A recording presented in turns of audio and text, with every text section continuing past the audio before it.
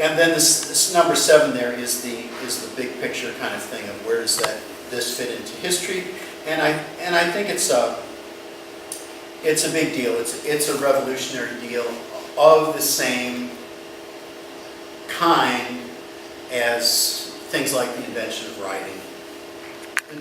The history of the invention of writing itself is very interesting, how it came sort of out of exchanges of livestock and sort of accounting needs and actually became a form. So it was little tokens of animals that eventually began to be pressed on clay.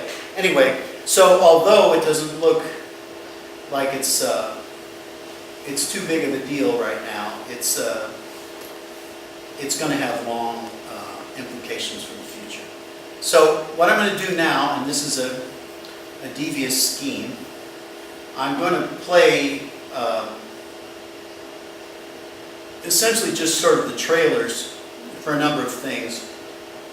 The reason being, I just want them for the topics, and then all these videos are over in that video corner. So if you see something you think I went through too fast, you can go and watch it. My only point with this particular video is that New Blankets is out there. This was a presentation called In Carnegie's Footsteps, and it brings up this newspaper story. In 1905, the first Andrew Carnegie Free Public Library in Washington, D.C. opened in 1905. And before that, rich people had books, and just ordinary people didn't have much access to books. And a similar thing happens, that these printers, this technology, is part of something that's called rapid prototyping.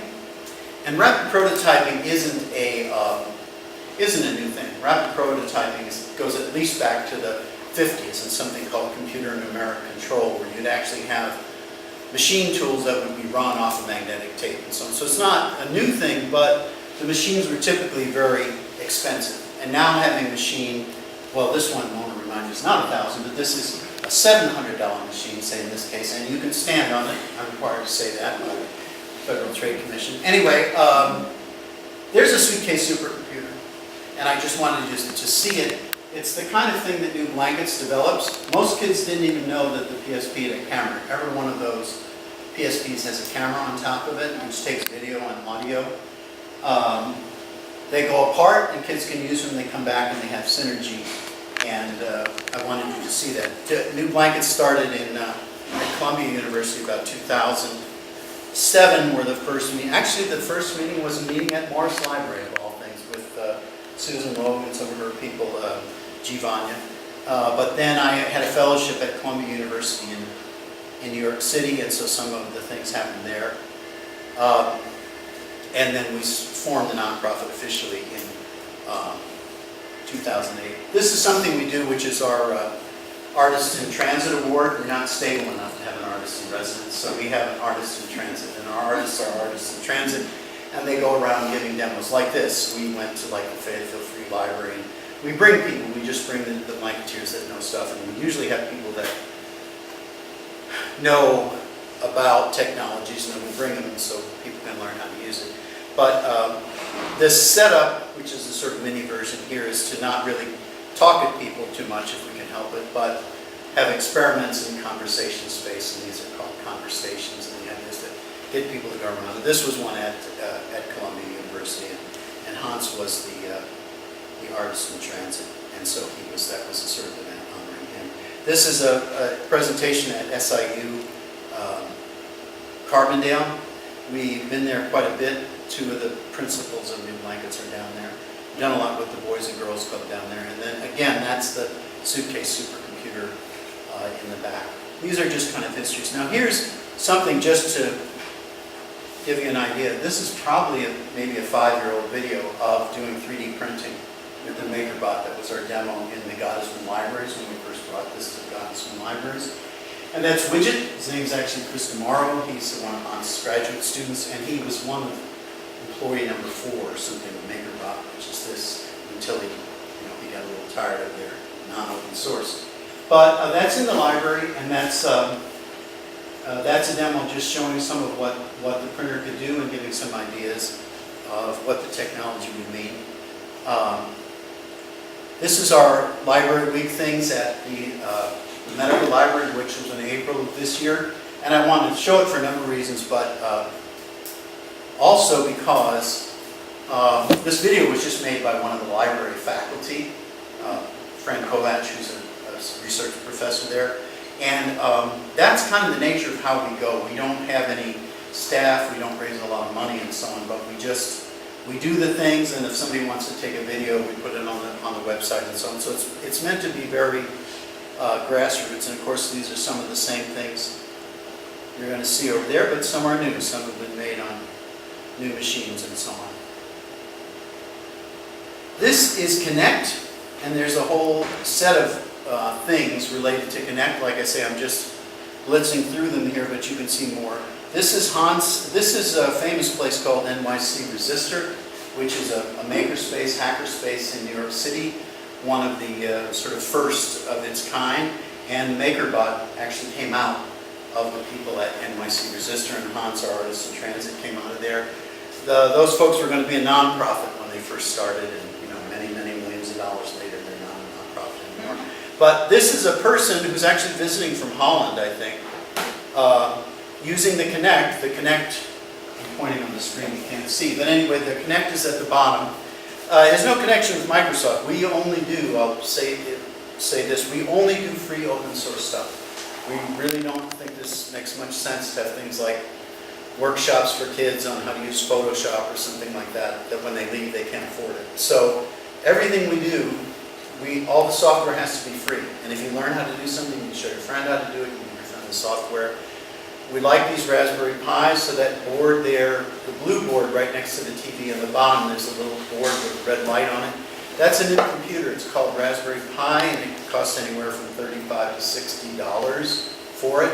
So that means you can do a set of 6 workshops for kids at a reasonable price, and then give them the computer at the end of the workshop. And of course, Raspberry Pi is all free open software, including the Linux software and something called Pure Data, which Miller Puckett, who's a board member of ours, invented. Pure Data has about 250 or 260,000 people worldwide use Pure Data, and it's used for museum exhibits and installations, for art installations, for music generation and so on, and it's all free.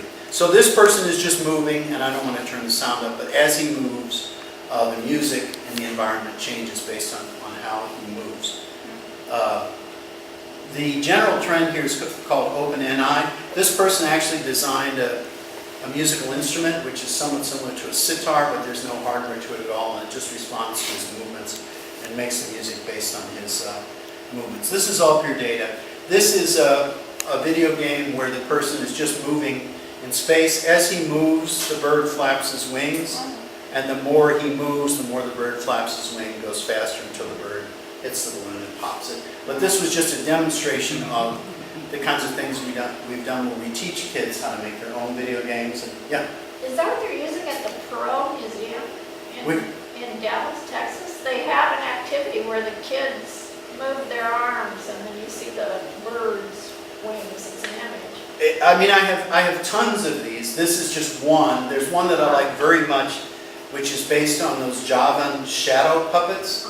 There's just many examples of it, but the point is that, oops, and here we're getting into some latest and greatest stuff here, but it's getting used. I mean, a lot of things are developed custom by developers, but what I was going to say about our workshop, we like doing these things where we let people start where they are, and I was telling Carolyn Patterson, so she's not here so I can repeat myself. There's a story I tell so often, I have to look around and sort of guess how many times people have already heard it. But we don't really start by telling kids, you have to learn computers, you have to do any of this, but we really start with what they know how to do, and then see how adding computers into the mix will help that and see if we get them interested. So, for example, when we did our workshop to show kids how to make their own video games, we started the workshop by asking them to bring an action figure that they liked, or a stuffed toy that they liked, and so on.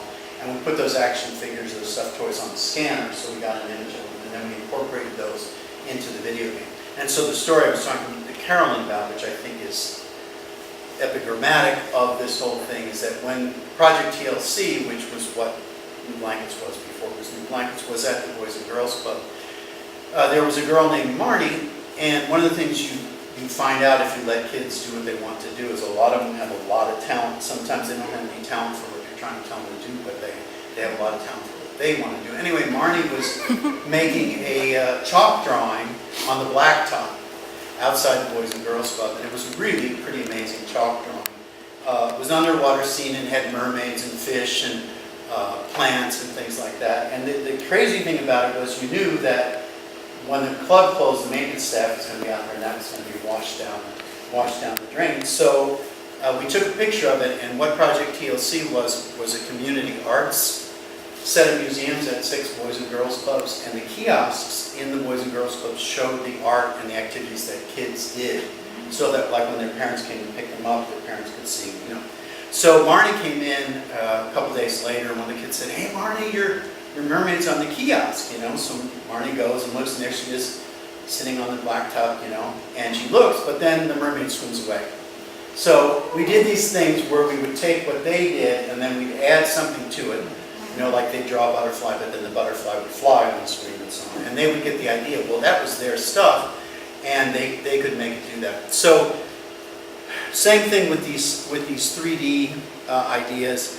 We're not going to start, say, a kids workshop or even an adults workshop from the computer. We start from their interest and then go. And that's nice that you can have something like scanning. So this is the famous trilobite, which we've had our ups and downs, but Rachel scanned it, right? Yeah. And so then the model had to be cleaned up and so on, and Bonnie came down about 4 times on the first day asking where her trilobite was, and it wasn't ready yet, but now it's ready. So anyway, this is just a video. Now, I'm showing this video for 2 reasons. This, all open free stuff, this is some free software called Mesh Lab, and one of the things you need to do when you scan a model or get it from the real world or something is to see if it's working, see if it's a good model, it's got missing pieces, anything like that. And so this is an open source program called Mesh Lab for doing this. And here, you know, this is just a tape of what went on. We're looking at that, a trilobite, and trying to see if we've got a good model that we can build and so on. And you'll discover when you start to actually build things is you can't build everything. And there's a hole in this model. I'm not trying to complain or anything because we built it, but if you turn it the right way, you can see there's a hole in it. And I'm just sort of putting, and that was actually able to be smoothed out. There are 3D objects, and this might seem surprising, that if you try to build them on one of these printers, you have to turn them a certain way. If you turn them the wrong way, the printer can't build them. And you think about the process it's going through. It has to put it down layer by layer, starting at the bottom layer. So there are all these little gotchas, and you can be sure that computers are going to get smarter and smarter, and at some point you'll be able to put in the model of an object and so on and figure out how it has to be. But it's not there yet. And it actually doesn't hurt to think. Your brain doesn't, nothing happens to it or anything, you know. So it's nice when everything's all automatic, but it's also nice that you make some choices and things like that. And this now, this is the Connect, I want to remind you. The thing that's coming up, so I'm using the Connect. This person is an artist, also made a glove, which he made himself, of just an old glove and some resistors and so on to interact with the computer. And what he's actually doing is sculpting a 3-dimensional model just in free space. And the Connect is figuring out where he is and what the glove's doing. So you can see the faces. We'll probably talk about faces in 3-dimensional space. But this is an interface which he built so that he could add and subtract points to the thing and basically sculpt in free space and make models. So the viewer part and the construction part, you can see he's at a point, and then he'll add the plate in between that point, and he's moving that point. And this illustrates probably better with the pictures than I'll put in words, that these 3D models are made out of essentially flat plates or tiles, and if you have enough of them, they can be spaced together and follow. It's just like calculus. If there are enough points, they can follow a smooth curve and so on. So that's what's going on there. We do have a couple of Connects. We've been lending Connects to people. Connects are actually going to be part of cheap scanning. So this is a nice scanner that they have. It isn't particularly cheap. It's cheaper than what went before it. But it'd be nice if the scanner was about $80 or $100.